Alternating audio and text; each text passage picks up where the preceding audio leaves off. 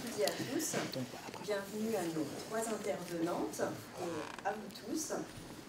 Donc, notre table ronde a pour objet la traduction du Black féminisme avec l'ouvrage de Bell Hooks, Ne suis-je pas une femme, femme noire et féminisme. Donc, Isabelle Cambourakis, vous êtes éditrice et avez fondé la collection Sorcière aux éditions Cambourakis. Il s'agit d'une collection résolument féministe. Nous y reviendrons après cette introduction. Olga, bonjour. Vous avez traduit cet essai. Vous préparez actuellement le CAPES d'anglais après avoir suivi des études de philosophie. Et vous avez également beaucoup travaillé sur des corpus de textes féministes. Et Amandine Gay, vous avez préfacé l'ouvrage. Et vous avez écrit que c'est le livre que vous auriez aimé avoir entre les mains étant jeune femme, jeune fille. Vous êtes comédienne, journaliste, réalisatrice et vous allez nous présenter un extrait de votre film « Ouvrir la voie » qui rassemble des témoignages de jeunes femmes afrodescendantes françaises et belges.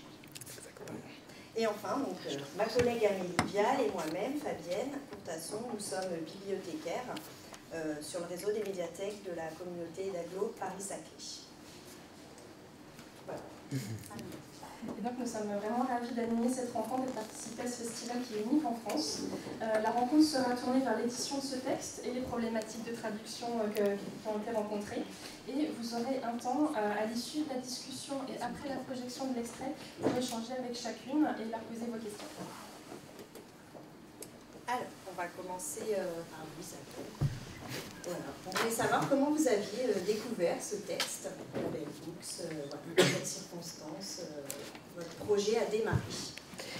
Alors, pour ça, il faut un petit peu que j'explique comment j'en suis venue à faire cette collection et voilà. Et en fait, je ne suis pas éditrice de profession parce que je suis instite dans la vie de tous les jours, et syndicaliste et militante dans plusieurs espaces politiques, féministes, écolos, plein d'autres. Et en fait, c'est plutôt donc en tant que militante que mon frère, qui lui s'occupe de la maison d'édition, qui par ailleurs, entre parenthèses, fait énormément de traductions littéraires et s'intéresse à plein de zones, l'Europe de l'Est, etc., m'a demandé donc de diriger une collection d'essais au départ. Donc c'était sa demande. Et du coup, moi, assez rapidement, je me suis dit que je voulais créer une collection féministe parce que j'en ressentais fortement le besoin, et à l'intérieur de l'édition, mais plus généralement dans la société, etc. Voilà, donc du coup, j'ai pensé à cette collection à partir de ce point de vue militant, et donc c'est plutôt dans les espaces militants que j'ai trouvé des ressources, et pas, par exemple, dans les espaces universitaires que je fréquente assez peu, enfin, un peu plus depuis cette année, mais en tout cas, où j'allais pas vraiment avant, et j'avais pas non plus, du coup, une perception des mouvements féministes, de l'histoire du féminisme à travers le prisme universitaire, mais plutôt à partir du prisme qui était le mien, qui était plutôt l'engagement militant. Donc voilà, ça c'est un peu le point de départ. Ensuite, du coup, aussi, puisque j'étais ni universitaire, que par ailleurs, j'étais pas. Donc j'ai pensé à cette collection en 2014 à peu près. Les premiers livres sont sortis en 2015. Et à ce moment-là, j'étais pas non plus du tout adepte des réseaux sociaux, par exemple. Je ne savais même pas ce que c'était que Facebook. Pour vous donner une idée, il n'y a rien. Depuis, j'ai dû m'y mettre.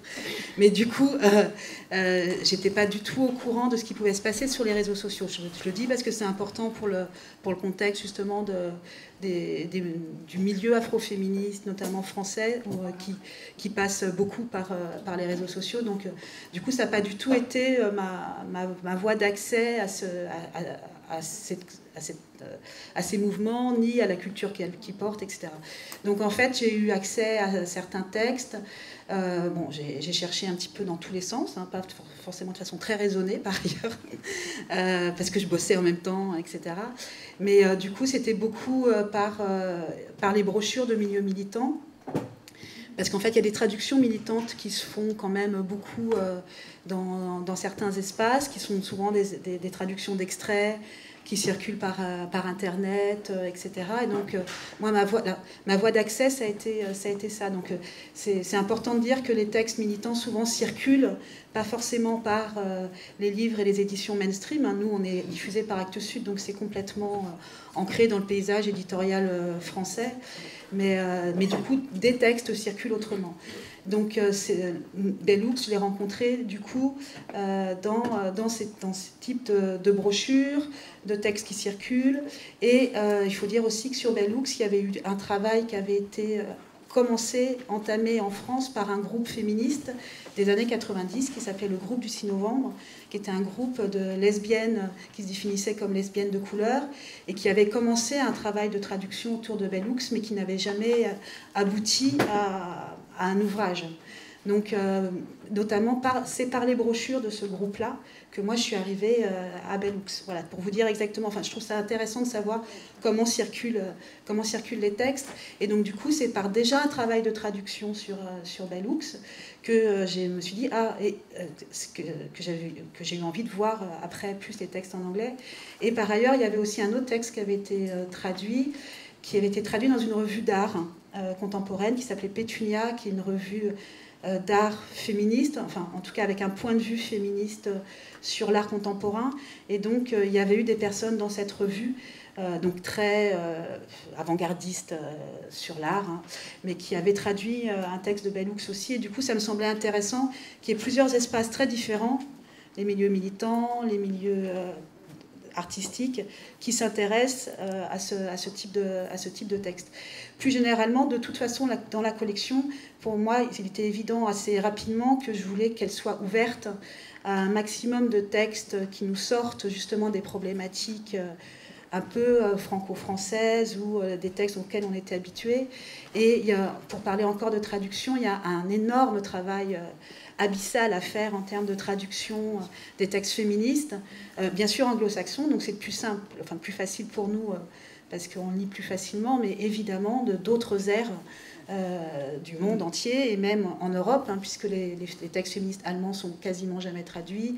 Pareil pour les textes italiens, espagnols. Donc il existe énormément de textes. Et puis après, sans parler des textes d'Amérique du Sud, de l'Inde. Enfin, donc il y a énormément de choses.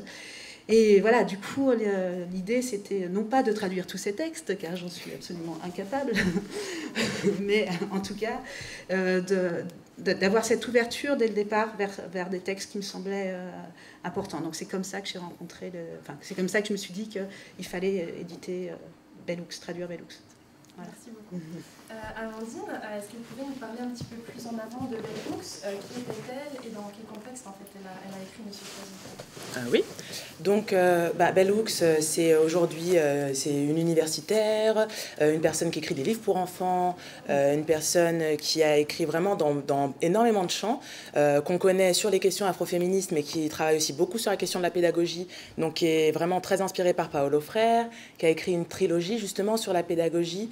Je sais que le premier c'est Teaching to Transgress, mais après les trois autres, j'avoue, j'ai oublié le titre, les deux autres. Et donc, c'est une donc black féministe pour les États-Unis, afroféministe, on va dire, dans une traduction française, qui milite à partir, je pense, des années 60-70, et puis qui en 82 ou 1, celui-ci c'est 81. En 81, donc publie Ne suis-je pas une femme, qui est, je dirais, comme une espèce d'anthologie et de son parcours, mais aussi d'une vraie volonté de déconstruire d'un point de vue autant personnel que scientifique, toute une série de préjugés, de représentations, de constructions aussi qu'il y a, par exemple, en sociologie, sur la façon de représenter les femmes noires et d'aborder l'histoire des femmes noires, donc dans le contexte du livre de Bell Hooks aux États-Unis, et donc qui fait vraiment tout un travail de retour historique à partir de l'esclavage pour montrer comment certaines tensions qu'on peut trouver à son époque contemporaine, à celle de l'écriture du livre, par exemple entre les féministes blanches et les féministes noires, trouvent leurs origines déjà dès l'époque de l'esclavage. Et donc ça, c'est vraiment un livre qui est très intéressant pour cette dimension historique de recherche, de coupure de journaux, et avec aussi toute une approche déjà particulière au savoir, qui est qu'il ne s'agit pas seulement de s'appuyer sur des ouvrages universitaires ou sur des thèses ou des choses comme ça, mais d'aller chercher dans la culture populaire, d'aller chercher dans la littérature, d'aller chercher dans le cinéma, dans tout ce qui a trait à la représentation des Noirs, une façon de pouvoir vraiment théoriser sur ce que c'est que cette expérience minoritaire, et puis cette double contrainte qui est d'être femme et d'être noire, et comment voilà, ça s'articule. Donc je dirais, voilà, ce livre, au départ, c'est ça. Et puis, et j'ai oublié la question, en fait. Mais la réponse était... Olga, pourquoi employer le terme de black féminisme et pas l'équivalent français, féminisme noir ou afroféminisme? Tu veux dire pour aujourd'hui? Oui. Alors ça, je ne saurais pas exactement répondre à la question parce que c'est pas moi qui ai choisi le titre de la rencontre aujourd'hui. Mais c'est une question assez importante, je pense, dont on peut discuter. Justement, enfin là, c'est un travail, et notamment la préface d'Amandine, c'est vraiment tout un travail de traduction du black féminisme américain dans un contexte français. Tu me dis si je me trompe. Hein. Non, c'est bon. Donc du coup, nous, moi je serais plus pour parler d'afroféminisme quand on se place en France dans un contexte français, voilà, dans un contexte francophone. Voilà. Je ne sais pas si tu veux... Je pense, en tout cas, je ne sais pas non plus qui a choisi le titre de la rencontre, mais en tout cas, sur la question de traduire le black féminisme, je pense que aussi ça fait justement référence au rapport qu'on peut entretenir aux États-Unis et au fait que, typiquement, le livre de Bell Hooks, il y a plein de choses qui font écho sur la situation minoritaire, sur la place des femmes noires, mais déjà, l'époque est différente, puisque c'est écrit, c'est publié dans les années 80, puis je pense qu'elle a commencé à l'écrire à la fin des années 70. Et puis, le contexte aussi géographique est différent parce que nous, si on a en commun l'histoire de l'esclavage, il y a une histoire qu'on n'a pas en commun avec les États-Unis, qui est celle de la colonisation et donc aussi des générations d'enfants, des descendants issus de l'immigration postcoloniale. Et donc ça, je pense que en tout cas, c'est ce que tu disais, moi, c'est ce que j'ai vraiment voulu faire dans la préface, c'était remettre ce livre-là dans le contexte actuel, que ce soit temporel, mais aussi géographique, et puis d'une histoire qui est un petit peu particulière, même s'il y a aussi la colonisation aux États-Unis, mais qui est très différente, parce que c'est une colonisation de peuplement, et donc le rapport des Afro-Américains en tant que colons par rapport aux autochtones, ça peut être discuté, mais c'est pas vraiment présent dans ce livre, et c'est aussi quelque chose qui n'est pas très présent dans l'afroféminisme américain, et c'est d'ailleurs quelque chose que moi je trouve très intéressant. Mais dans le contexte français, une des raisons aussi pour lesquelles moi, par exemple, j'emploie le terme afrodescendante que j'avais donné, c'est que je pense que c'est vraiment intéressant aussi d'essayer de penser l'afroféminisme au-delà de la question noire. C'est-à-dire qu'on a énormément de choses en commun avec les femmes d'Afrique du Nord, et que l'Afrique du Nord est en Afrique, que j'aime beaucoup rappeler ça, parce que parfois il y a des espèces de soucis sur la question de... Donc en fait, on peut être afrodescendante et marocaine, je vais dire, bon voilà. Donc il y a vraiment cette question-là aussi, où je pense, en tout cas pour moi, l'afroféminisme, c'est aussi une façon, en ne mettant pas black, donc en ne disant pas on est des féministes noires, mais en disant on est des afroféministes, on peut être des afroféministes avec les femmes arabes.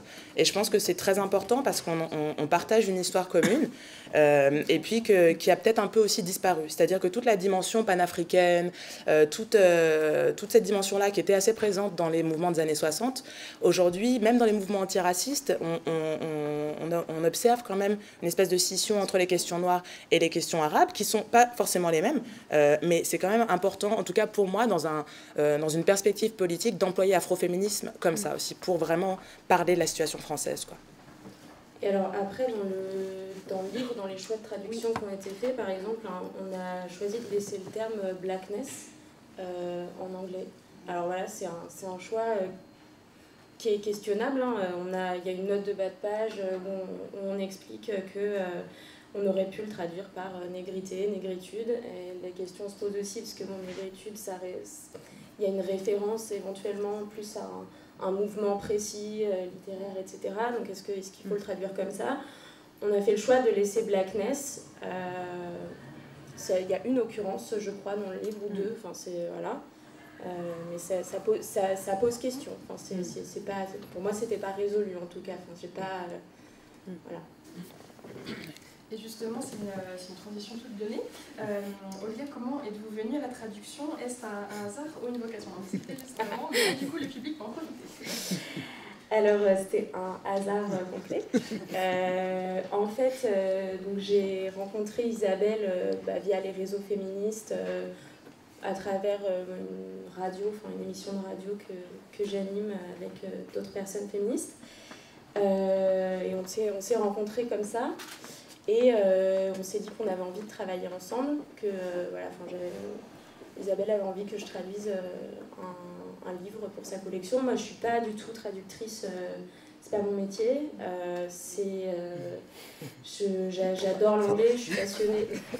Je suis passionnée par les langues, par l'anglais. Donc voilà, c'était vraiment une volonté, enfin une envie, et aussi vraiment un travail militant, parce que donc c'est le fait de se rencontrer par ce biais-là, qu'il n'y ait pas tout un truc, enfin personne m'a demandé mon CV, enfin même peut-être Isabelle m'a même pas demandé vraiment si j'étais capable de faire ça. C'était allez, on y va, et donc ça c'est aussi ce que je trouve assez chouette dans la façon de travailler d'Isabelle et dans cette collection, c'est aussi comme ça qu'on travaille, quoi, par réseau féministe, qui rejoint aussi ce que tu disais sur les brochures, etc. Comment tout ça se passe. Et en fait, du coup, pourquoi ce texte-là, ça aussi c'est un hasard, c'est-à-dire que tu attendais les droits de différents livres, et c'est finalement ceux-là qui sont tombés en premier. Alors, moi, c'était pas... Enfin, je me suis posé quelques questions, je pense que j'étais pas la personne la plus... désignée pour traduire ce livre, mais je pense que voilà, c'est important qu'il soit traduit, et voilà, j'ai essayé de faire au mieux ce travail-là. Quel travail, hein. On a été ravis et admiratifs, vraiment, c'est extraordinaire. Je vous invite, bien sûr, à le lire. Alors, en fait, on s'est demandé avec Amélie pourquoi ces grands textes du black féminisme sont aussi peu traduits, voire pas du tout traduits en France. Oh, je sais pas, mystère. Oui, il n'y a pas que les grands textes du black feminism qui ne sont pas traduits en France. On a du mal à voir sortir en salle des films de certains réalisateurs. Les 2 ou 3 derniers films de Spike Lee n'ont pas été distribués. Le film Think Like a Man, Act Like a Woman, aussi problématique soit-il d'un point de vue féministe, n'est pas sorti en France, n'a pas eu de visa d'exploitation parce que c'était un film communautaire. Je pense qu'il y a une vraie difficulté à penser l'universel en dehors de la blanchité. C'est-à-dire qu'à partir du moment, en fait, où on va avoir, que ce soit une narration, parce que bon, à la limite quand même, on arrive à avoir les livres de Toni Morrison, mais il y a aussi énormément d'auteurs qui ne sont pas traduites ou très peu traduites en français. Je pense à Zora Neale Hurston, je pense à plein d'autres, dont on a éventuellement Edwidge Danticat, on a un livre, peut-être 2 en français, puis c'est à peu près tout.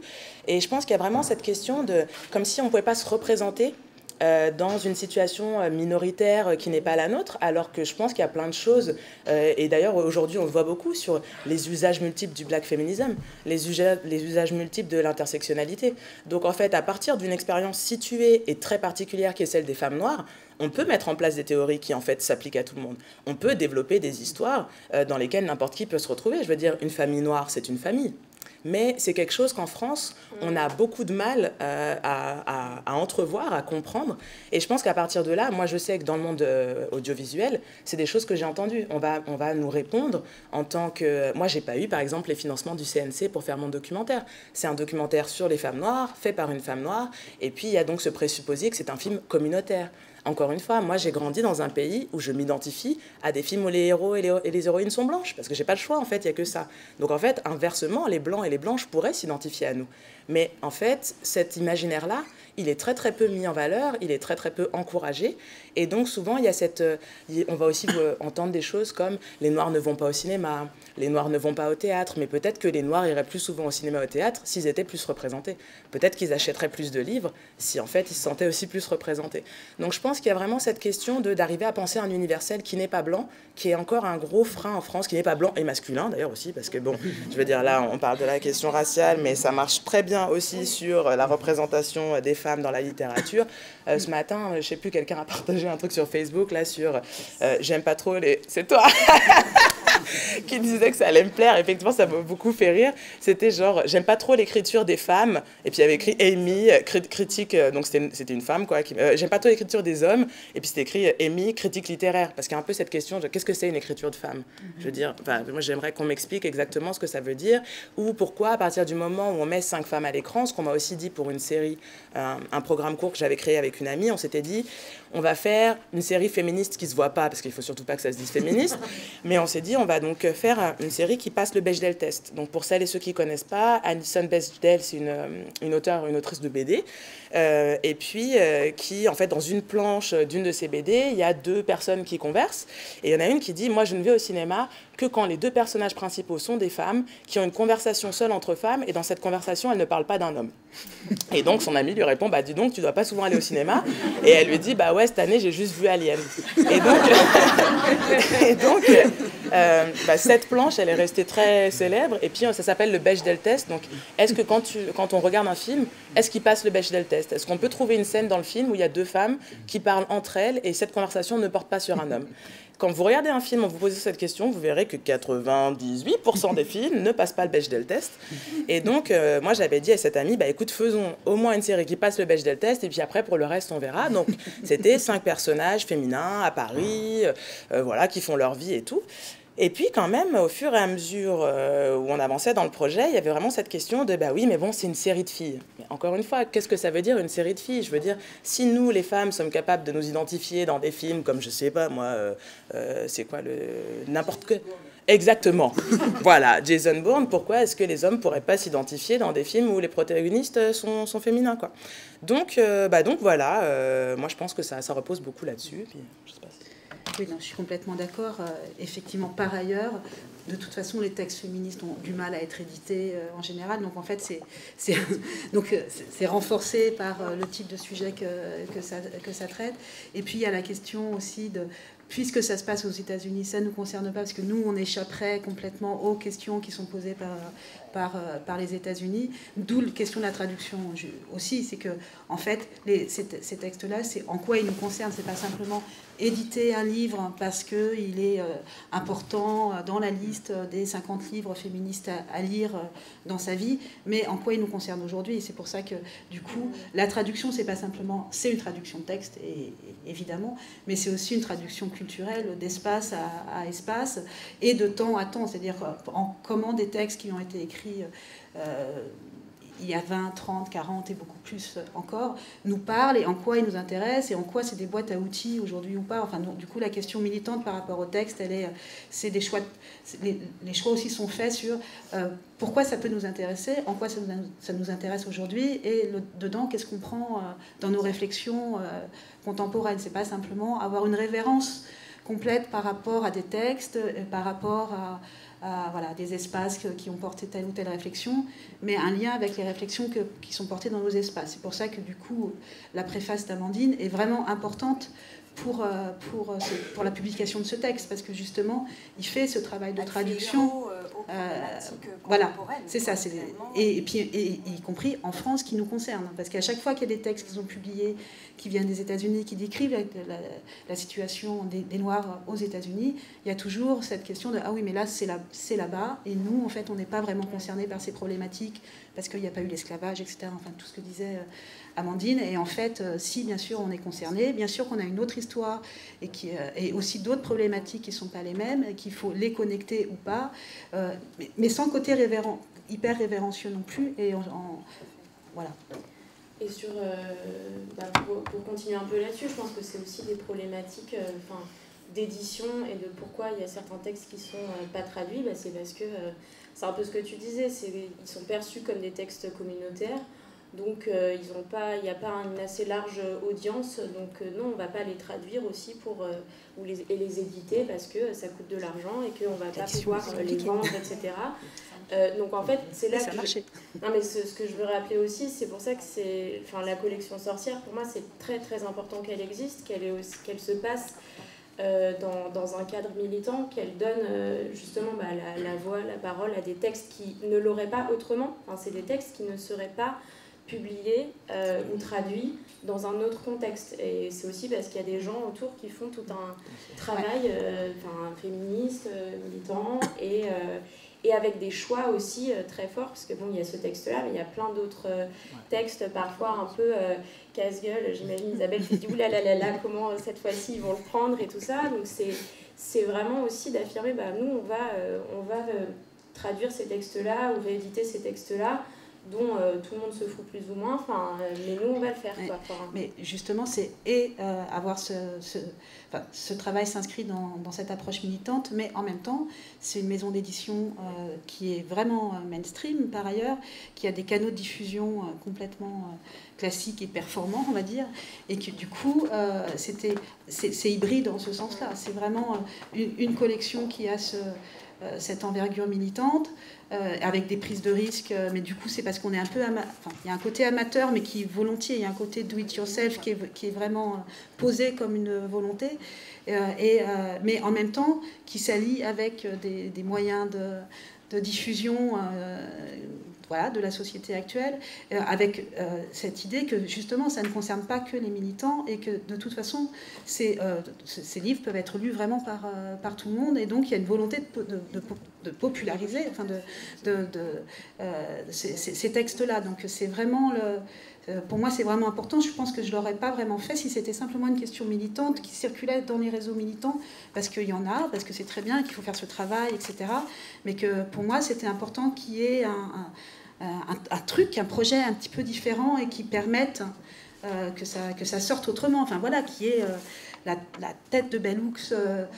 Alors évidemment, ça ne va pas être en tête de gondole de plein d'endroits, mais malgré tout, il est présent dans plein d'espaces, quoi. Donc du coup, c'est autre chose que même s'il faut, et que je m'appuie évidemment sur tout le travail militant qui est fait derrière. Mais c'est une volonté de vraiment populariser, voilà. On va continuer maintenant sur un travail qui est vraiment central, sur un travail de traduction, Olga, la visibilité du genre. L'anglais, une relation au genre excessivement différente au français. La langue française est très marquée grammaticalement, le masculin et le féminin. C'est un enjeu et un débat linguistique depuis de très nombreuses années. Et donc, pour rendre la visibilité au genre féminin, vous avez employé des procès de traduction très intéressants. Par exemple, américaine, il y a un point avant le E et après le E, pour vraiment visibiliser le E du féminin. Et le pronom they en anglais, donc il au singulier, au pluriel, pardon, vous l'avez rendu neutre en français, IELS. C'était pour moi la première occurrence que je voyais en français, et je trouvais ça vraiment très intéressant. Et est-ce que vous pouvez nous en parler un petit peu plus, pourquoi vous avez choisi ça, d'où ça vient? Oui, donc c'est un choix assez fort, je pense, et qui est présent dans la plupart des textes de l'édition, de la collection. Alors ça pose question parce que le texte de Bell-Hooks, c'est vraiment un texte qui se veut accessible, qui se veut vraiment fluide, et ça j'ai vraiment essayé de coller à ça au maximum, parce que c'est un choix politique aussi de sa part d'écrire un texte qui puisse être lu par le plus grand nombre de personnes. Et donc on a fait ce choix du passage de l'anglais au français, donc de ce qu'on va appeler féminisation. On peut discuter de ce terme. Donc c'est l'idée que tout est toujours au masculin. Il y a une idée, c'est l'universel et en fait le masculin. Et donc comment on va essayer de redonner une place un peu plus à tout le monde. Et c'est du coup un procédé où on marque, ça se voit, c'est-à-dire on choisit de mettre une marque et de ne pas rester dans le soi-disant neutre, qui n'est en fait pas neutre du tout. Et vous verrez si vous regardez l'ouvrage, donc on met des points, etc. Donc ça peut éventuellement alourdir un peu la lecture. J'imagine qu'au début, c'est une critique qui est assez courante, hein. On peut buter les premières fois dessus, mais je pense que c'est un procédé de lecture auquel on s'habitue finalement très vite. On l'oublie au fur et à mesure. Et voilà, il y a le choix du pronom IL, donc qui est bon, qui est quelque chose qui circule pas mal dans beaucoup de milieux, de contextes féministes, mais je trouve que c'est un choix fort aussi, comme tu disais. Là, on est dans un truc qui est enfin, c'est Actes Sud. Je pense qu'il n'y a pas des tas de bouquins chez Actes Sud avec ces choix de traduction qui sont assez... qui sont, je ne sais plus comment on dit en français, là, mais un statement, enfin un truc fort, quoi. Non, c'était juste, moi, ça me fait penser justement à cette question de l'institutionnalisation aussi des luttes et de la reconnaissance de ce qui peut être produit, dans le fait que justement, nous, on a beaucoup de retard sur les traductions, et ce que tu disais, pas seulement venant des États-Unis, qui font qu'il y a toujours un problème de légitimité et qu'on va te dire, ah, vous inventez tout le temps des nouveaux mots, alors c'est quoi blanchité, nanana, tout ça, bon. Mais en fait, voilà, blackness, ça existe, whiteness, ça existe, et puis c'est juste, nous, ça fait 20 ans que ça n'existe pas, mais c'est pas parce qu'en fait, on est 2-3 zuluberlus à vouloir inventer des trucs, c'est juste, nous, on est seuls à pas penser ça, à pas avoir pensé qu'est-ce que c'est la position noire, qu'est-ce que c'est la position blanche, et donc du coup, il y a vraiment cette nécessité d'écrire, et c'est pour ça que je disais, c'est la grosse différence, en fait, il y a eu les luttes afroféministes en France, mais il y a une disparition de ces luttes-là, parce que contrairement à aujourd'hui où on a Internet, où on a des moyens, même si effectivement le CNC me donne pas l'argent et je mets 2 ans et demi à faire un film, mais bon, il est terminé.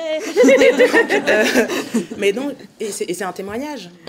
On commence à garder des traces de ce qu'on a fait, alors que pour ma génération, ce qui est très compliqué, c'est de retrouver ce qui a été fait avant, retrouver les personnes qui ont lutté avant nous, retrouver ce qui s'est fait, parce que s'il n'y a pas de livre, s'il n'y a pas de film, s'il n'y a pas de... c'est très très compliqué. Donc je pense qu'il y a aussi un double mouvement qui est de faire émerger des narrations ou des réflexions qui sont complètement minoritaires en France, mais qui ont cours depuis une bonne vingtaine d'années ailleurs, au moins 20 ans, au moins.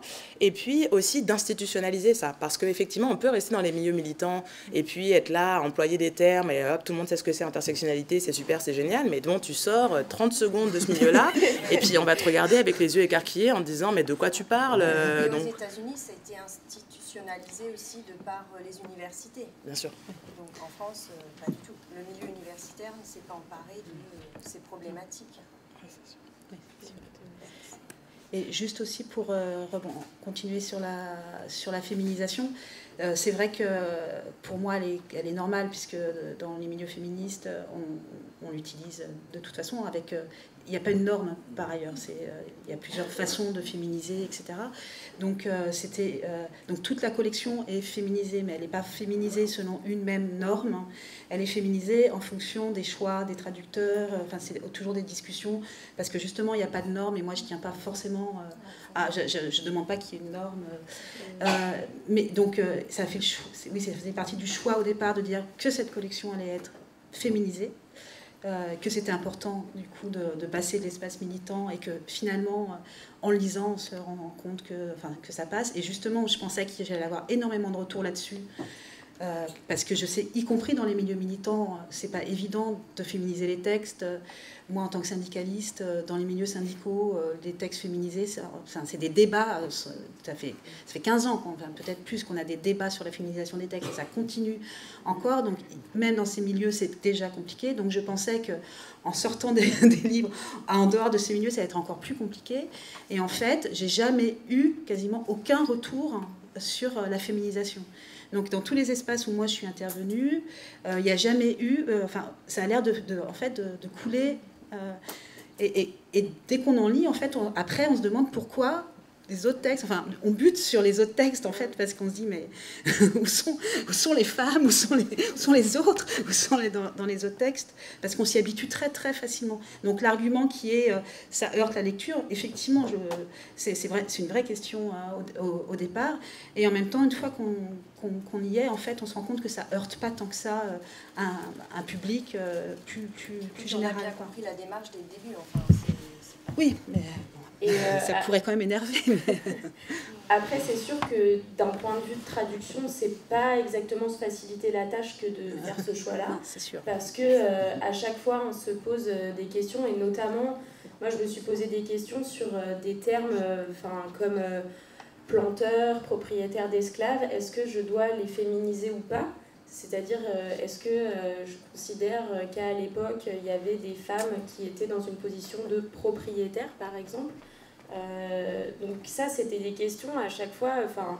des débats internes et externes interminables. Hein. Enfin, de ah là là, mais est-ce qu'on met un point E ou est-ce qu'on met pas un point E, mais qu'est-ce que ça. Et colon, comment dire colonne, ça va pas être. Donc, non, mais franchement, moi, c'est des trucs qui me. Enfin, ça aurait été plus simple pour moi et pour ne pas être féminisée, hein, mais du coup, on a fait ce choix-là et c'était du taf, quoi. Donc, y compris techniquement au niveau de l'édition, c'est plus compliqué. Parce qu'il y a par exemple des machines qui enlèvent les... Alors là, c'est pas possible ces textes-là. Les correcteurs, correctrices ne sont pas habitués du tout. Donc en fait, y compris dans le vécu quotidien de l'édition d'un texte, dès que vous le féminisez, en fait, rien n'est fait pour. Donc c'est des galères sans nom, quoi. Puis oui, je sais pas comment ça se fait, du coup, on a repris aussi du coup cette vieille règle, enfin la règle de proximité.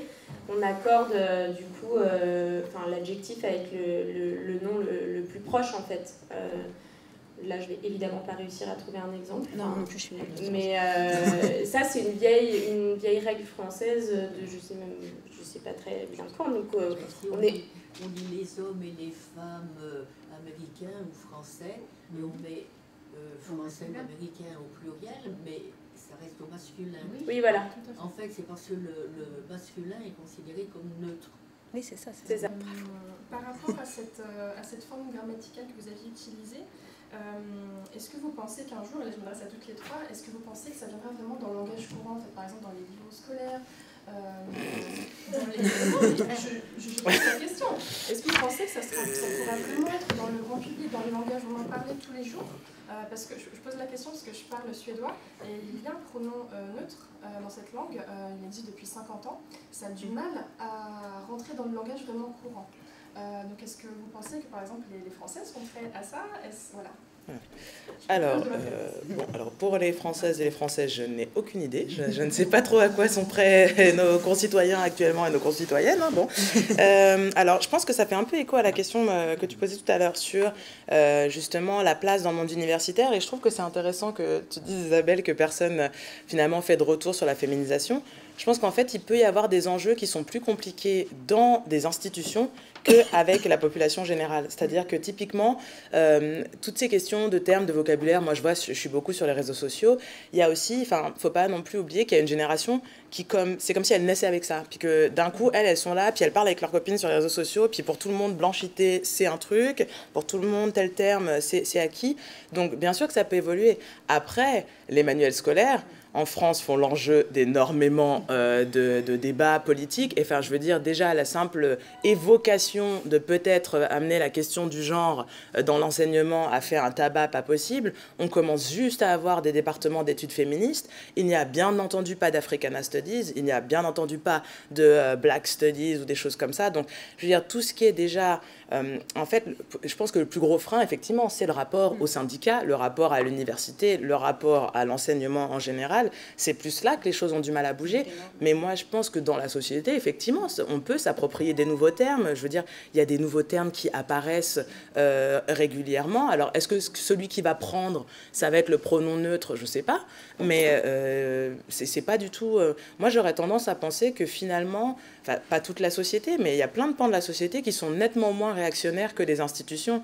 Et c'est aussi pour ça que c'est important que la collection Sorcière existe et puis que justement, par une tradition militante, Isabelle soit dans une démarche qui, justement, du do-it-yourself. Nous, on s'est rencontrés parce qu'elle est venue à une conférence que j'avais organisée pour présenter le film où il y avait justement plein de blogueuses noires et on était là à présenter la conférence et c'est à l'issue de cette conférence qu'elle m'a proposé d'écrire la préface.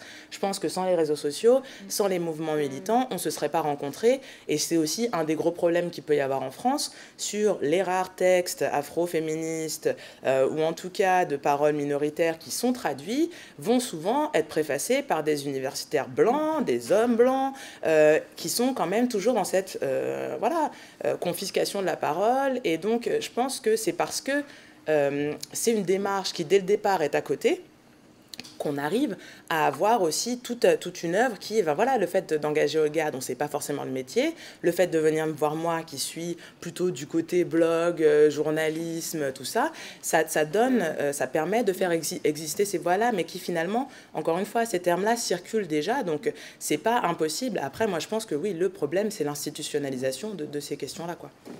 Puis après, l'idée, c'est une proposition. Comme le disait Isabelle tout à l'heure, il n'y a aucun des livres de la collection qui est féminisé de la même façon, parce que ça dépend des traductrices, des traducteurs, etc. Donc l'idée, c'est pas d'imposer une nouvelle norme en disant, bah, vas-y, maintenant, il faut utiliser le pronom yel, et puis il faut féminiser comme ci, comme ça. Enfin, c'est une proposition, ça lance des questions, voilà, c'est à un moment donné, on a choisi de faire ça, ça n'a pas non plus... voilà, et puis voilà, il y a plein d'inventions dans la langue, que ce soit dans des textes outils plus littéraires, de gens qui testent des choses comme ça, quoi. Et effectivement, je pense que ça vient plus de là, des choses qui se passent vraiment au niveau de la langue, etc., que des institutions dans les manuels scolaires. Non, je ne crois pas. Et vous avez rencontré des difficultés à traduire certains passages, ou je pense notamment aux témoignages plus anciens, qui datent du 19e siècle, ça devait pas être évident, mais... Oui. Ouais, on était en lisant, ouais, vraiment, c'est un énorme travail. Oui, j'ai rencontré des problèmes. Alors du coup, au début, moi je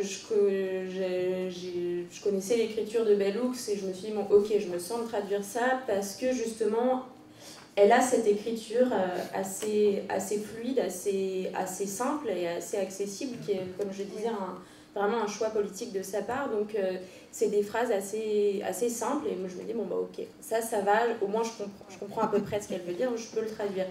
Et par contre, il y a des citations dans le bouquin où c'est des textes juridiques du 19e siècle.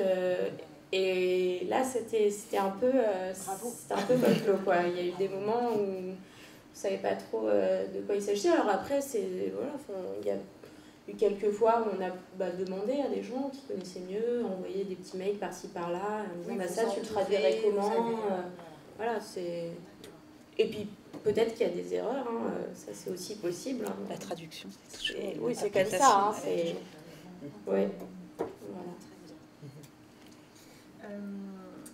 Il y a un passage qui m'a beaucoup frappée dans votre préface, Amandine.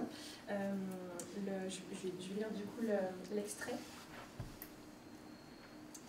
Cette peur d'admettre les différences est à la base du tabou autour de la notion de race, qui a d'ailleurs atteint son paroxysme le 16 mai 2013, jour où fut adoptée une proposition de loi du Front de gauche supprimant le mot race de la législation française. Or, faire disparaître le mot race ne signifie pas faire disparaître le racisme, ni les races elles-mêmes. Les blanches et les noires ont bien une place distincte dans la hiérarchie sociale en France. Et c'est bien dans cette dimension qu'il faut envisager la race comme une construction sociale. Le mot race et le mot race en français et en anglais n'ont pas du tout les mêmes significations. Et je voudrais voir un petit peu votre point de vue sur cette question-là. Pourquoi en France c'est devenu un tabou, pourquoi en anglais on l'utilise encore. Je trouve ça intéressant comme raison. Je pense justement que si ça n'a pas la même signification, c'est qu'il y a eu un travail qui a été fait dans le monde anglo-saxon pour établir la race comme une question sociale, comme une construction sociale, qui fait que quand on parle de race, on parle effectivement des enjeux qui sont liés aux discriminations systémiques, qui sont liées à l'histoire de l'esclavage dans le cas des États-Unis. Et donc, c'est un travail qui n'a pas été fait en France. Et donc, c'est-à-dire qu'on est passé à un moment donné du racisme biologique, voilà, de l'héritage du XVIIIe siècle, avec cette idée que les Noirs, et en plus historiquement, c'est plutôt les nègres, ont un cerveau plus petit. Enfin bon, voilà, je ne vais pas faire je sais pas, toutes les petits tirets de ce qui est associé à la condition noire, tant pour les hommes que pour les femmes, parce qu'en plus, on n'a pas toutes et tous les mêmes stéréotypes qui nous sont attachés. Donc, dans notre cas, il faut aussi rattacher tout ce qui est fétichisation sexuelle, qui peut y avoir pour les hommes noirs sur la question de la taille de leur pénis, mais dans notre cas, de l'animalisation, on est des panthères, on est sauvages, on est je sais pas quoi, tout ça. Donc, il y a tout ce type de projection. À un moment donné, ça devient problématique d'avoir ces projections. Donc, on se dit que le racisme, c'est mal. Et là, on se dit, donc, en fait, le problème, c'est de considérer qu'il y a des races. Parce qu'à une époque, les races, c'est considéré qu'il y a une hiérarchie entre les races. Alors qu'en fait, la chose qu'il faut arriver à séparer, c'est ce moment historique de création de hiérarchie entre les races Et puis, la question sociale en France, qui est toujours attachée à la question raciale, parce qu'effectivement, nous sommes différents et différentes, et on est encore construit et construite autour de cette notion-là. Et donc, après, on peut chercher à la déconstruire. Et effectivement, c'est pour ça que moi, je parle d'un universel qui ne resterait plus blanc, de vraiment essayer de penser l'après. Mais penser l'après, c'est pas dire le racisme c'est mal, arrêtons la hiérarchie des races, ne parlons plus de rien, et puis maintenant on est tous frères, on est toutes sœurs, c'est super, on s'aime, le monde des bisounours. Non, la question c'est confrontons-nous à notre histoire. Allons voir ce qui s'est passé. L'esclavage, c'est chez nous aussi. Et moi, je dis souvent, quand on me répond « oui, mais si on n'en parle pas en France, c'est parce que ça ne s'est pas déroulé sur le territoire français ». Je rappelle que si Bordeaux et Nantes sont d'aussi belles villes, c'est parce que c'était deux des trois grands ports négriers français et mondiaux. Et si Liverpool, aujourd'hui, a mis en place, par exemple, quelque chose du niveau en termes de réparation, qui est qu'ils ont fait une évaluation de ce que la ville de Liverpool avait gagné grâce au commerce triangulaire. Et puis ensuite, ils ont utilisé cet argent pour le réinvestir dans les communautés, au sein des communautés noires de Liverpool qui avaient des difficultés. Donc aussi, même ça, quand on parle de réparation, par exemple, on pourrait déjà réfléchir effectivement à tout l'argent qui a été donné aux planteurs qui étaient propriétaires de colons et qui ont été dédommagés en France après l'abolition de l'esclavage, que déjà les mêmes sommes éventuellement soient réinjectées dans les communautés noires en Martinique, en Guadeloupe, en Guyane. Mais on peut aussi réfléchir à ce que ça veut dire dans des villes comme Bordeaux et Nantes. Effectivement, j'imagine qu'il doit y avoir des cités, j'imagine qu'il doit y avoir des choses comme ça. Est-ce qu'on peut se poser ces questions-là? Et donc pour moi, c'est vraiment ne pas faire disparaître le mot race, ne pas faire disparaître notre histoire et au contraire se confronter à tous ces épisodes traumatiques et pour tout le monde. Parce qu'il ne faut pas oublier que en fait, la construction blanche est problématique. Qu'est-ce que ça veut dire d'exister par la destruction d'une autre population? Qu'est-ce que ça veut dire que la richesse d'un pays repose sur le génocide, repose sur l'asservissement, repose... Et on a besoin de tous et toutes se poser cette question-là, parce qu'en fait, dans la déshumanisation de l'autre, il y a aussi une forme de déshumanisation de soi et aussi de quel sens à notre humanité. Et je pense qu'il y a vraiment cette chose-là qui doit être repensée en France. Et c'est pour ça que moi, j'insiste beaucoup sur la question raciale comme une question sociale, historique, parce qu'on doit d'abord se confronter à tout ça si on veut après penser notre humanité. Et voilà.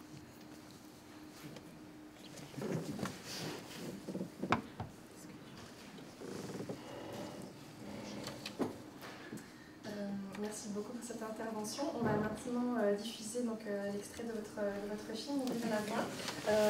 En un mot, est-ce que vous pouvez déjà le présenter avant qu'on diffuse un petit extrait? Ok, donc Ouvrir la voie, c'est un documentaire qui parle de l'expérience des femmes noires donc de France et de Belgique.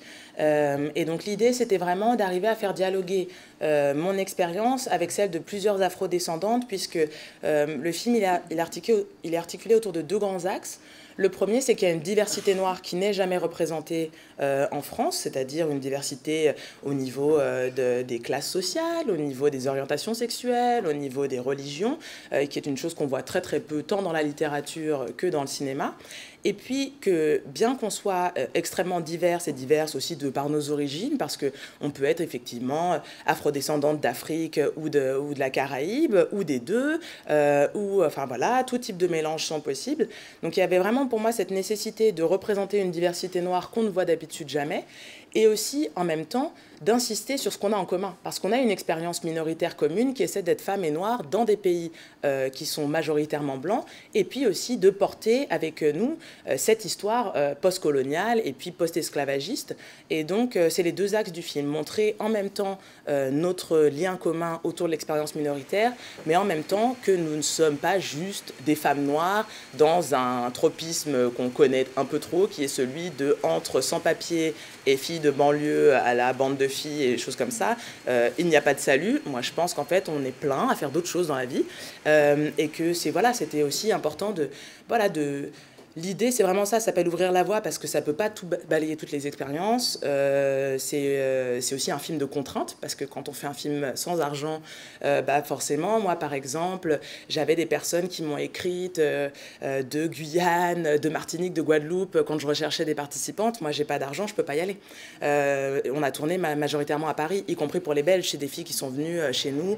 Donc, il y a vraiment cette question de, oui, toutes les voix ne sont pas là, parce que, mais en tout cas, c'est c'est une première étape. L'objectif, c'est vraiment d'ouvrir aussi des conversations. Je pense qu'on est à un moment de crispation identitaire, à un moment et puis de radicalisation, peut-être pas du sens... Moi, je pense que c'est les Blancs qui se radicalisent beaucoup aujourd'hui en France, dans quelque chose de très tendu, de penser, enfin, je veux dire, cette histoire d'ancêtres les Gaulois, mais c'est vraiment une façon de figer son identité. Qu'est-ce que ça veut dire, plutôt que de regarder vers l'avenir et de réfléchir à comment on est même aujourd'hui, quelle est la société française aujourd'hui, qu'est-ce que c'est que ce retour réactionnaire, cette volonté de ne pas se voir justement aussi dans sa diversité. Donc, je pense que l'objectif, c'est d'arriver à maintenir un dialogue, en fait. Je pense que là, on est vraiment très, très proche de la rupture de discussion entre toutes les communautés, et puis qu'à un moment donné, il faut qu'on arrive à construire des ponts, d'abord au sein de la communauté noire aussi, parce que nous, on a nos tabous, plein de choses à déconstruire. Donc, effectivement, le film fait la part belle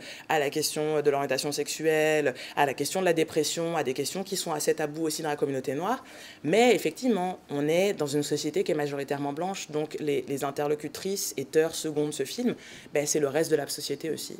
Et donc voilà, et là j'ai choisi un extrait du passage du film qui est sur le féminisme. Et donc ça c'est une fille, c'est la tirade d'une fille que je trouve très belle, elle s'appelle Della Paille, c'est une militante très motivée. Et puis je me suis dit que ça créerait du débat, donc voilà, je voulais de ça. Et donc c'est exactement ça, donc à l'issue de la projection de l'extrait, vous pourrez réagir et poser vos questions. Si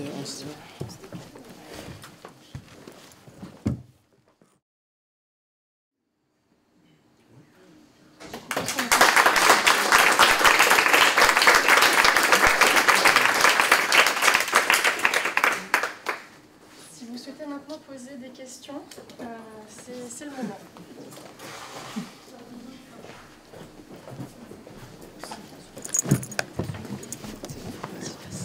Que ce soit des questions sur l'extrait, sur le livre, sur chacune des invités. Oui. J'ai une première question très particulière. D'abord, merci énormément pour ce débat qui est extrêmement riche et extrêmement stimulant. Et puis merci pour ce très bel extrait.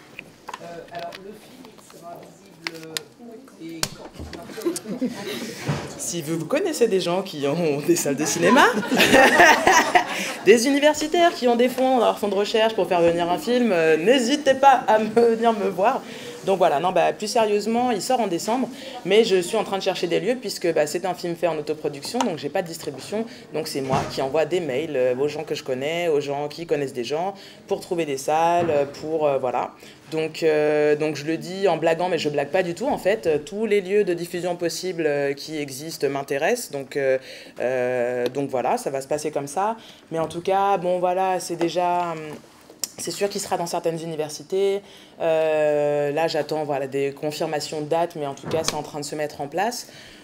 Étonnamment, pas du tout étonnamment en fait, c'est en train de se mettre en place beaucoup plus facilement à l'étranger qu'en France. Donc voilà, j'ai déjà des dates en Suisse, en Allemagne, bon voilà.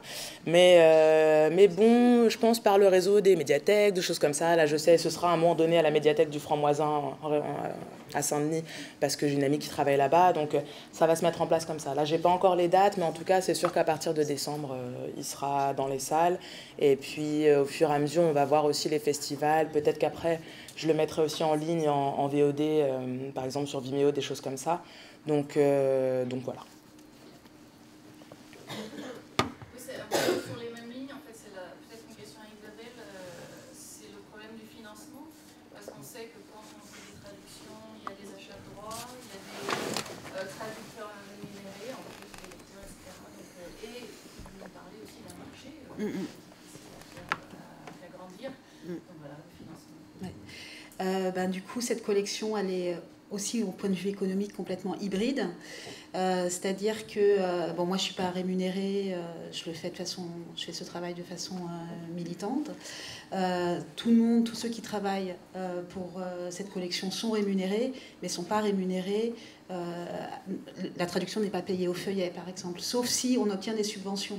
Mais du coup, c'est très compliqué d'en obtenir pour ce type de livre-là.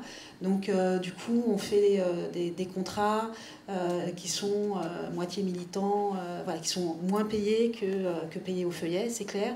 Mais par contre, après, c'est assez normé. Enfin, assez normé, c'est-à-dire que, par exemple, pour toutes les préfaces, c'est un peu... tout le monde est payé pareil, en gros. Enfin, c'est le même... voilà, c'est mon téléphone, ça.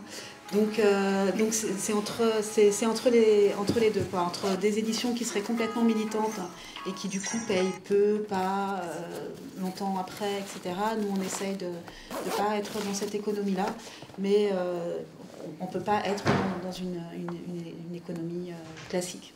Voilà. Si ça répond à... Ouais. Il y a une autre question.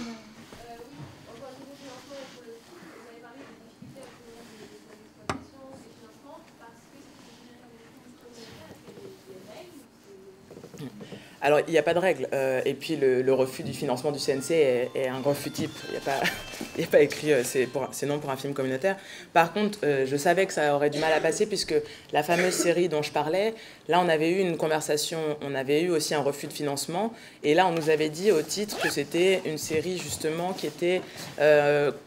Bon, c'était comme si c'était effectivement du sexisme inversé. On nous reprochait qu'il n'y avait pas assez de diversité, qu'il n'y avait pas d'hommes dans la série. Et donc, ça, c'est une conversation qu'on a eue au téléphone avec la représentante du programme auquel on avait postulé pour le CNC.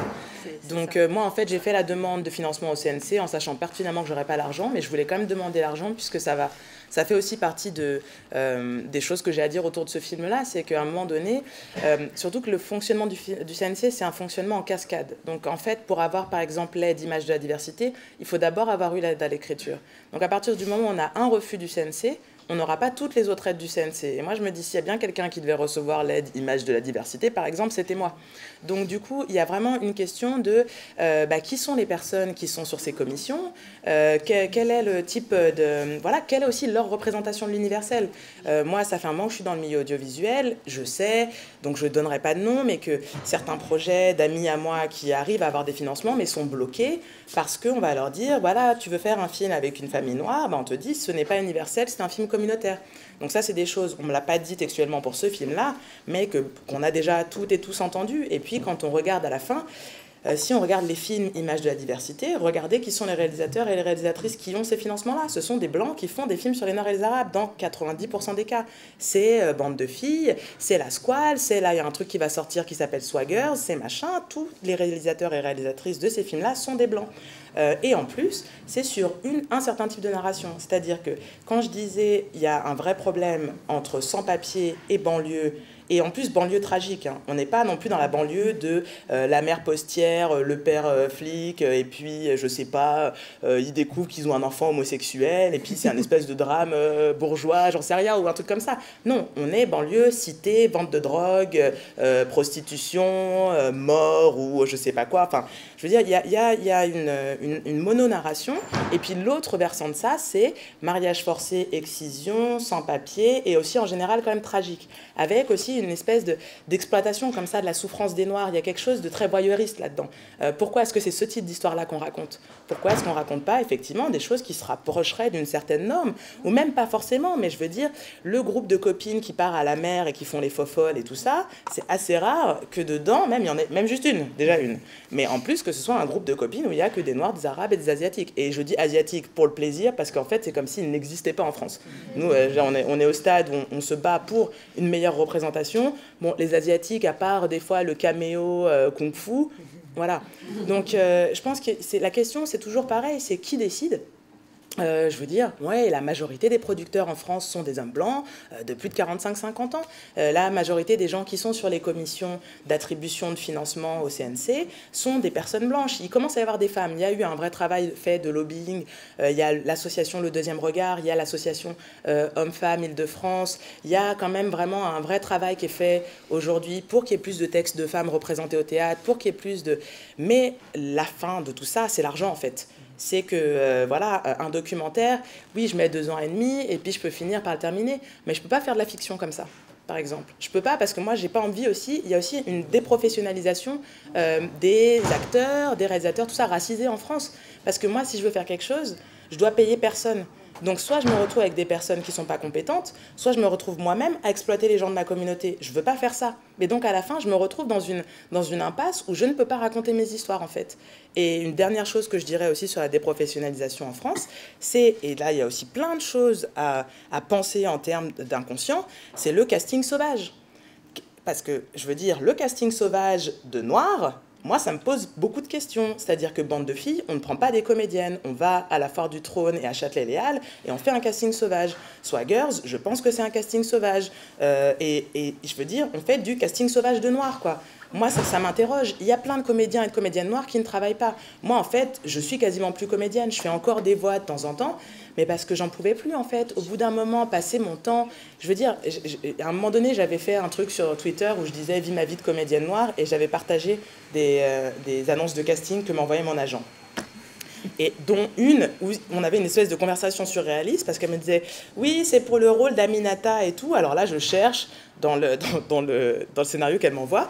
En fait, la fille s'appelait Fatou, mais comme c'est les deux prénoms qui sont utilisés dans les séries et les films français, même elle, alors après, moi j'étais là, genre, mais c'est Fatou ou c'est Aminata? Elle m'a dit, ah oui, non, c'est Fatou et tout ça. Donc, il y a vraiment un côté où on me demande de faire l'accent, fais l'accent africain. Bon, voilà, donc ça veut dire, on me demande de faire l'accent antillais, on me demande, donc au bout d'un moment, il y a vraiment aussi cette question de, pareil, qui sont les directeurs de casting, et même quand ils sont racisés, parce que moi j'ai une amie qui est noire, mais les gens ne le savent pas forcément au téléphone, qu'on va l'appeler, et on va lui dire, voilà, c'est pour un truc un peu, voilà, stylé, un peu classe et tout, donc tu me fais pas un casting United Colors of Benetton, ok?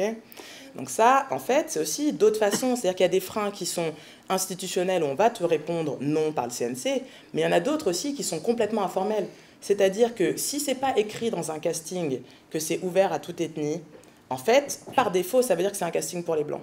Et que si toi, quand même, tu te pointes, on va te dire, mais est-ce qu'on a dit à moi ou à des copines, t'arrives pour un rôle d'étudiante et on te dit non, mais on ne cherchait pas une noire. Mais enfin, depuis quand les étudiants ne sont pas noirs non plus?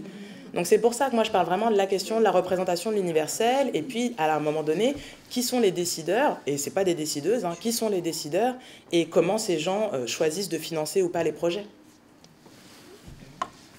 Nous avons, je pense, encore le temps pour une petite question, s'il y a. Oui. Je voudrais bien qu'Isabelle nous parle de ce qu'elle peut définir comme le rôle d'allié, parce qu'on a l'avis d'Amandine et dans le milieu militant, son âge est important, mais justement, est-ce que... La grosse question à la fin, là. Oui.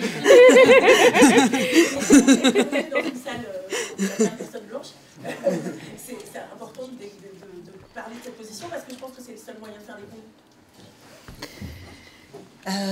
Alors, je ne sais pas par où y répondre. En fait, quand j'expliquais que pour moi, au début, dans la collection, c'était important que ce soit ouvert maximum à d'autres questions féministes, à des questions justement en lien avec les expériences minoritaires, etc. En même temps, par ailleurs, en tant que femme blanche ayant le capital de mon frère pour faire la maison d'édition, du coup, ça m'a forcément... Enfin, c'était évident que ça faisait partie de la réflexion de comment je me situe moi par rapport à ce type de projet, etc. Donc là, je te réponds plus sur le côté dans le travail éditorial. Donc du coup, c'est juste déjà que cette question est présente, évidemment, et qu'elle n'est pas invisible à mes yeux dans comment on fait, comment on travaille ensemble en général sur ce type de projet, et aussi le fait que de pas, je veux avoir le moins la parole sur ces projets-là, donc notamment dans les interventions. Et on s'est évidemment posé des questions aussi avec Olga, parce qu'on avait complètement conscience toutes les deux qu'on était, elle en tant que traductrice et moi en tant qu'éditrice, deux femmes blanches sur ce type de projet. En même temps, on l'a résolu aussi en disant que comme ça ne se faisait pas, il fallait bien qu'on... Enfin, voilà, le côté, il faut bien le faire quand même de toute façon, et voilà, et on assumera après, ensuite, justement, les conséquences éventuelles, parce qu'on en est complètement consciente. Donc il y a la collection par ailleurs a plein d'autres thématiques sur l'écoféminisme, etc., qui sont des thématiques sur lesquelles je bosse par ailleurs, donc sur lesquelles là j'interviens très simplement, mais sur ces questions-là, pour moi, par exemple, il est hors de question d'être invité s'il n'y a pas une personne racisée dans l'échange.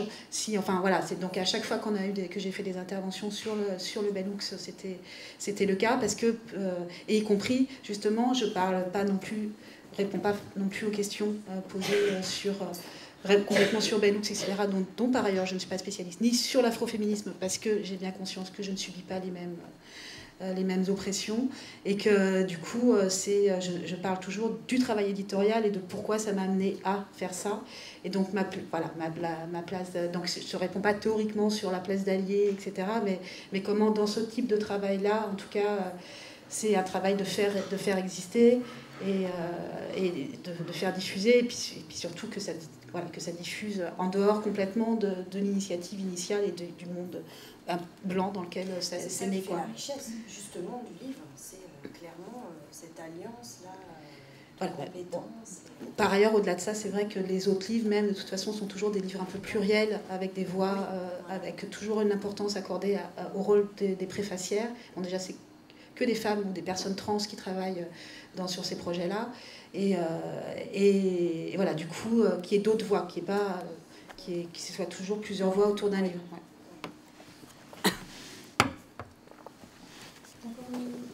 Oui, est-ce que vous pouvez nous parler du titre du livre, du coup, de Bell Hooks, l'origine, en fait? Ah, de Monsieur... Ah, Monsieur, je peux c'est qui en parle. Alors, bon, c'est pareil, moi j'ai un petit souci avec les dates, donc c'est quelque part, si c'est pas 1891, c'est 71, je ne sais pas. Mais en tout cas, Sojourner Truth, qui était une esclave qui s'est échappée, puis qui ensuite a gagné le procès pour faire émanciper son fils contre son ancien propriétaire d'esclaves, donc qui était vraiment déjà un personnage à elle toute seule. Elle a prononcé un discours à la conférence des suffragettes, je ne sais plus de quelle ville, mais donc voilà, fin du 19e siècle. Et ce discours qu'elle a prononcé donc est resté ensuite célèbre, a été ensuite transcrit à l'écrit comme étant « Ne suis-je pas une femme ?» Et donc tout ce discours, c'est l'histoire en fait de l'articulation de ce que c'est qu'être une femme noire, où elle dit qu'elle ne se retrouve pas justement dans le mouvement des suffragettes en disant qu'elle n'y voit pas de place pour les femmes noires, et où elle explique aussi qu'elle voit très bien que les hommes noirs ne se sentent pas du tout de solidarité avec les femmes noires à cette époque non plus. Et donc, le titre du livre de Bell Hooks, c'est un hommage à Sojourner Truth, qui est un peu considéré dans l'histoire afroféministe comme la première manifestation publique, la première formulation de ce que c'est qu'être une femme noire, qui est qu'on subit simultanément le sexisme et le racisme, et qu'on n'est jamais vraiment reconnu non plus comme une femme, qui est aussi un enjeu assez particulier dans le cadre de l'histoire des femmes noires, puisqu'il ne faut pas oublier qu'au moment de l'esclavage, la maternité des femmes noires, c'est une reproduction, les Noirs sont... le statut légal des Noirs, c'est objet, en fait. Et donc, les femmes noires sont là pour créer plus d'esclaves. Et donc, on les sépare aussi de leurs enfants à la naissance. Toute la figure de la mamie, c'est-à-dire la nourrice noire, qui, pendant qu'elle s'occupe des enfants des maîtres blancs, ne s'occupe pas des enfants qui sont, eux, déjà au champ, et toutes ces questions-là. Donc, il y a aussi toute une question de qu'est-ce que veut dire la catégorie femme pour les femmes noires, dans une histoire où finalement, par exemple, dans le féminisme contemporain, où il est beaucoup question de déessentialiser le rapport des femmes à la maternité, de vraiment questionner cette question d'être cantonnée au rôle de mère, mais qu'est-ce que ça veut dire quand on est une femme à qui, dès le départ, en fait, on ne reconnaît pas la possibilité d'être mère, sur qui on fait des expériences. Les débuts de la gynécologie moderne, en fait, c'est des expériences sur les femmes noires sans anesthésie, des choses très, très, très violentes. Donc, en fait, il y a aussi toute cette question de comment aussi questionner sa place de femme dans quelque chose qui n'est pas forcément, on va dire, matérialiste, et de vraiment interroger ce rapport à nos corps, à la potentialité de devenir mère ou pas. Et je pense que ça aussi, c'est un des enjeux qui est très, très prégnant encore aujourd'hui. Parce que, par exemple, quand il va y avoir des questions autour du maquillage, de s'habiller, de vouloir valoriser un certain type de féminité, ça peut être interprété dans certains mouvements féministes radicaux blancs comme un retour vers une essentialisation, vers le fait que les femmes noires seraient dans quelque chose de rejoué comme quelque chose de caricatural sur la féminité. Et si on ne prend pas en compte l'histoire de l'esclavage, l'histoire de la colonisation et l'histoire aussi de cette, quand je parle d'animalisation, de fétichisation, être construite comme un objet sexuel, comme un animal sexuel en plus, parce que c'est même plus un objet, là je veux dire, on est dans les métaphores et les comparaisons avec les animaux, ça crée quelque chose de très particulier. Donc vouloir se réapproprier sa sexualité, vouloir se réapproprier une certaine forme de féminité, ça ne veut pas dire pour autant qu'on considère que le rôle des femmes, c'est de rester à la maison et de faire des enfants. C'est de se dire comment ça se passe pour les femmes qui sont censées s'occuper des enfants des autres, mais pas des leurs. Qu'est-ce que ça veut dire? Moi, par exemple, je m'intéresse de plus en plus à la question de la justice reproductive, étant adoptée, et je travaille sur l'adoption transraciale, mais je suis très intéressée par la question des placements. On sait, il n'y a pas de statistiques ethniques en France, mais on sait qu'à problèmes familiaux égaux, les enfants noirs et arabes seront placés en famille d'accueil ou en foyer 4 fois plus vite que des enfants blancs. Qu'est-ce que ça veut dire de se voir retirer ses enfants aussi? Donc la question de la maternité comme question politique pour les femmes noires, la question de la féminité comme question politique pour les femmes noires, c'est un enjeu qui est très prégnant et je pense que c'est pour ça aussi que ce titre fonctionne depuis le 19e siècle, c'est que cette question-là, elle est toujours pas réglée en fait pour nous, de qu'est-ce que ça veut dire d'être femme et noire. Voilà, c'est une question en cours. Voilà. Qu'on finisse là-dessus. Merci beaucoup à vous trois d'être venus. Donc Amandine Gay, Isabelle Cambourakis, Olga Poto. Merci à l'équipe du Festival VOVF pour nous avoir renouvelé la confiance cette année. Merci à vous. Et merci à vous.